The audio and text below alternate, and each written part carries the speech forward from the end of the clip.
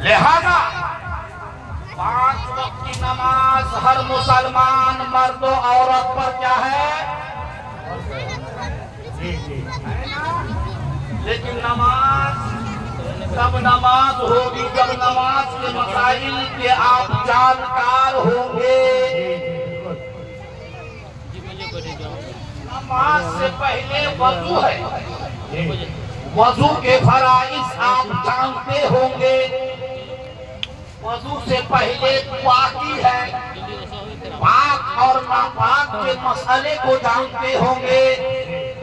پاکی ناپاکی مسئلہ جانتے ہیں، بہت بہت دور پانی سے گزر ہوئے اٹھے گا پاک ہو جائے گا جب تک فرائض کو یہ نہیں کرے گا، ادا نہیں کرے گا۔ فرض ہے اب چونکہ یہ چیز یہاں بتانے کی نہیں ہے لیکن ضرورت پڑ گئی ہے تو بتا رہا کچھ سیکھ کے جائیے۔ اور یہ چیز سیکھنا ہے تو میلاد کی مجلسوں میں اچھے جانکار عالم سے تقریر کروا کے یہ گفتگو سنیے۔ وضو میں 4 فرض ہے، غسل میں 3 ہے۔ غسل میں 3 کیا ہے؟ کلی کرنا غرغرہ کے ساتھ، ناک میں پانی چڑھانا نرم ہڈی تک، پورے باڈی میں سر سے لے کر پیر تک اس طرح سے پانی بہانا کہ جسم کا ہر رونگٹھا اس کی جڑ تک پانی پہنچ جائے۔ اب ہو گیا غسل، اب ہو گیا پاک۔ وضو 4، چہرہ دھو، ہاتھ دھو، مسح کرو، پیر دھو۔ 4 قرآن میں ہے، لیکن ہم جو کلی کرتے ہیں، ناک میں پانی ڈالتے ہیں، یہ کیا ہے؟ تو آؤ بغیر مصطفیٰ کے در کے خدا تک کوئی پہنچ نہیں سکتا۔ خدا تک پہنچنے کے لیے مصطفیٰ کا در ضروری ہے، اس لیے کہ آج ہم کو خدا تک کی ذات نے پہنچائی ہے، وہ آقائے کائنات کی ذات ہے۔ میرے مصطفیٰ صلی اللہ علیہ وسلم کی پیاری سنت ہے۔ لوگوں وہ خدا ہے، وہ تو احکم الحاکمین ہے، وہ تو رب العالمین ہے، وہ سارے بادشاہوں کا بادشاہ ہے۔ اس کی بارگاہ میں حاضری کے لیے جب تم جاؤ تو جس پانی سے وضو کرو پہلے چلو میں لے کے دیکھو پانی صاف ہے کہ نہیں ہے۔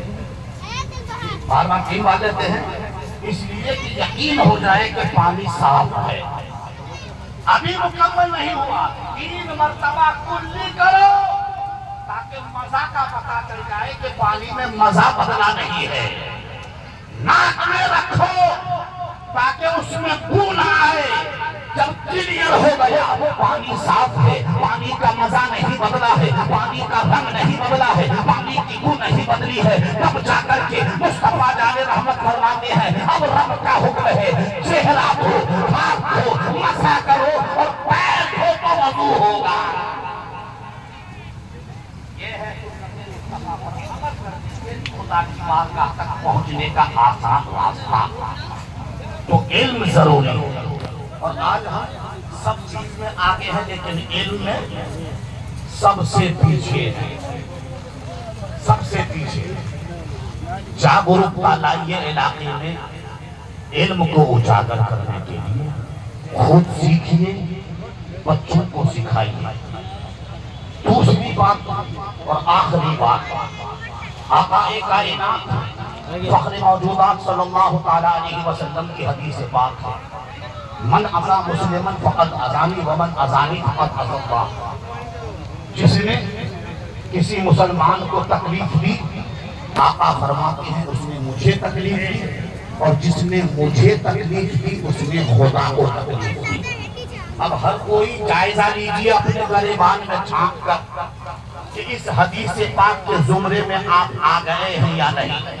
بھائی بھائی میں لڑائی، بھائی بہن میں لڑائی، پھوپا پھوپھی میں لڑائی، ماں باپ بھائی بیٹا بیٹی میں لڑائی، ہر گھر میں لڑائی، ایک دوسرے کے جانی دشمن ہے مسلمان، ہے نبی کا کلمہ پڑھنے والا، لیکن مسلمان کا دشمن بنتا جا رہا ہے، ایک دوسرے کا حق چھینتا چلا جا رہا ہے۔